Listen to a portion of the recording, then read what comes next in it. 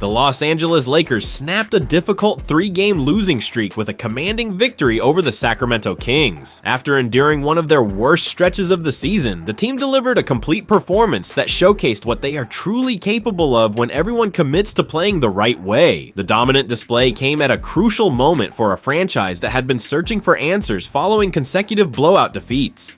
LeBron James and Luka Doncic led the charge in what became the Lakers' most comprehensive showing of the campaign. James turned in his most efficient performance since joining Los Angeles, shooting an incredible 84.6% from the field. The future Hall of Famer made his first 3 attempts in the opening 3 minutes, setting the tone for what would become a masterclass in offensive execution. His ability to find the perfect rhythm allowed him to dominate without forcing the issue, demonstrating the basketball intelligence that has defined his legendary career. Doncic complemented James perfectly by taking over scoring duties in the second quarter. The young superstar poured in 15 points during that frame alone, showcasing the offensive versatility that makes him one of the game's most dangerous players. The duo's chemistry was evident throughout, as they seamlessly traded offensive responsibilities while keeping their teammates involved. Their combined effort ensured the Kings never mounted a serious comeback attempt. The victory took on added significance given the circumstances surrounding it. Just days earlier, the Lakers had suffered an embarrassing defeat on Christmas Day against Houston. Head coach JJ Redick did not mince words following that loss, stating publicly that his team did not care enough and lacked the necessary professionalism. He promised an uncomfortable practice session that would force everyone to confront the team's shortcomings head on. That practice proved to be exactly what the Lakers needed. Redick emphasized getting back to defensive fundamentals and creating better role clarity for his players. The coaching staff conducted an extended film session where nothing was off limits for discussion. Players who had consistently failed to meet expectations were called out, though Redick made it clear he was looking in the mirror first before pointing fingers at anyone else. The preparation showed immediate dividends against Sacramento. For the first time all season, the Lakers won all 4 quarters of a basketball game. The defensive intensity that had been missing during their losing streak returned with a vengeance. Los Angeles held the Kings to just 39 rebounds and limited second chance opportunities to single digits. The commitment to team defense, with all 5 players engaged on every possession, transformed the team's entire approach. Role players stepped up in meaningful ways throughout the contest. DeAndre Ayton recorded a double-double with 11 points and 11 rebounds, providing the interior presence the team desperately needed. Rui Hachimura finally found his offensive rhythm, knocking down 12 points on efficient shooting after struggling to get involved in previous games. Jake LaRavia contributed 11 points, 4 assists, and 2 steals off the bench, giving the Lakers the spark they required from their second unit.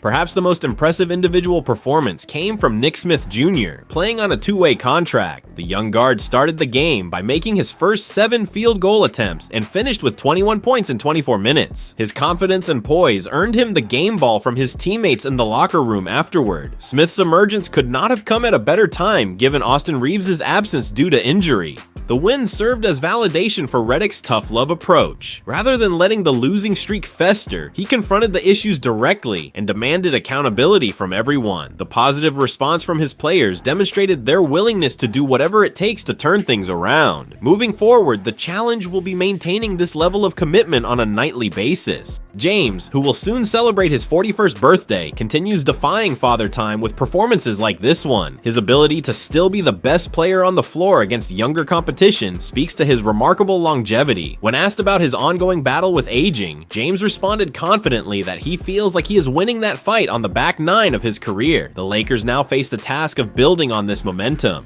One strong performance does not erase the concerns that emerged during their recent struggles. However, it does provide a blueprint for success moving forward. If they can replicate the defensive effort and offensive balance displayed against Sacramento, this team has the potential to compete with anyone in the Western Conference. The question is whether they will choose to do so consistently enough to matter when the games carry championship implications. The Los Angeles Lakers' Christmas Day collapse against Houston sparked one of the most intense reactions from head coach JJ Redick. Following a humiliating defeat that extended their losing streak to 3 consecutive games, Redick delivered a scathing assessment of his squad's performance. His brutal honesty sent shockwaves through the organization and set the stage for what he described as an uncomfortable reckoning. Redick did not hold back when addressing the media after the loss. He bluntly stated that his team does not care enough right now and lacks the professionalism required to compete at the highest level. The head coach's frustration was palpable as he detailed how the Lakers had become a terrible basketball team when they failed to execute properly or give maximum effort. His words carried extra weight given that this was the team's third straight blowout defeat.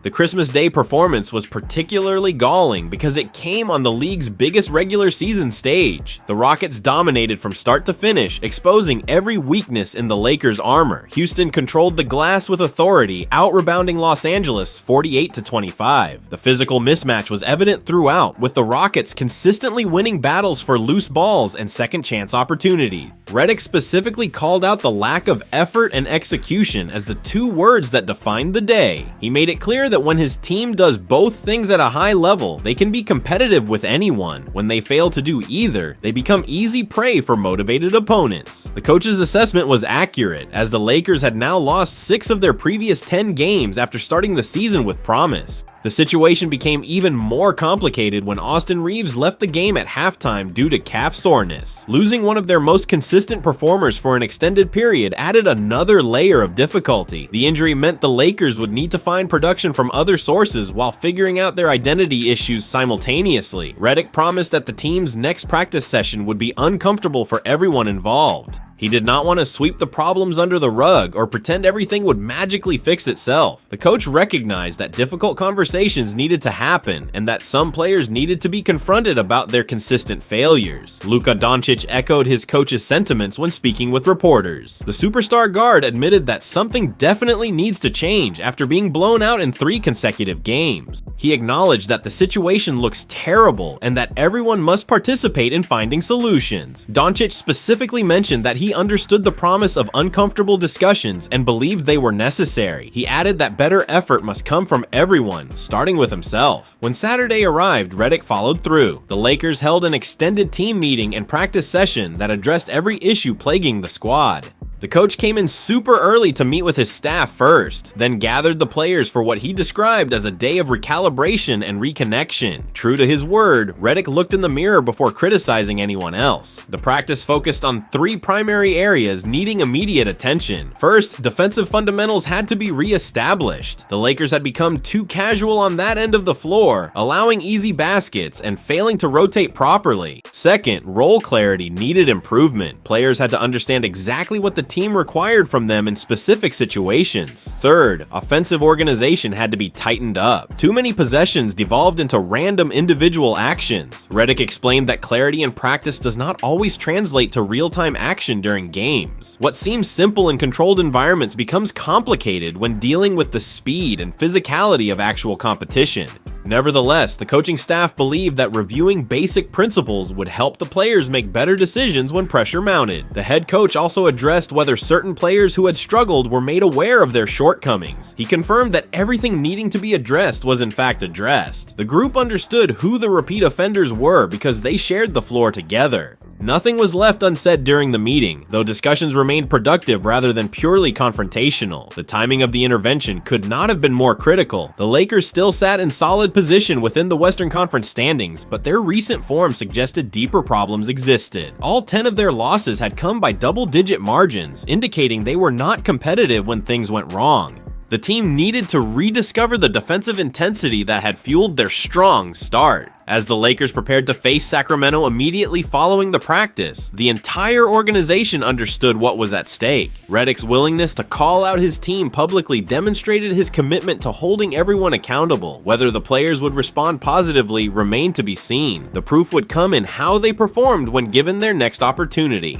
The Los Angeles Lakers have reportedly renewed their interest in acquiring Miami Heat forward Andrew Wiggins through a trade. League sources indicate that discussions between the two franchises have been revisited as the Lakers continue searching for ways to upgrade their roster. However, Miami has shown little willingness to part with the versatile wing player, creating a significant obstacle as the deadline approaches. Wiggins represents exactly the type of player the Lakers desperately need. The 30-year-old forward brings defensive versatility, athletic ability, and offensive efficiency that would address several glaring weaknesses. His skill set allows him to guard multiple positions while providing reliable scoring without demanding high usage rates. For a team featuring ball-dominant stars, his ability to contribute effectively makes him an ideal fit. This season, Wiggins has performed solidly for Miami, averaging 15.8 points, 4.7 rebounds, and 2.8 assists per game. He has shot 46.8% from the field and 38.8% from three-point range. Additionally, he contributes 1 steal and 1.1 blocks per game, showcasing defensive impact. The Lakers' defensive struggles have been well documented. They currently rank 19th in team defensive rating and have allowed opponents too many easy scoring opportunities. Adding Wiggins would provide the wing defense they lack while taking pressure off their aging superstar. His presence would allow more versatile defensive schemes and matchups. Despite obvious benefits, Miami has made its position clear. The Heat are not actively shopping Wiggins and have not been swayed by proposals Los Angeles has presented.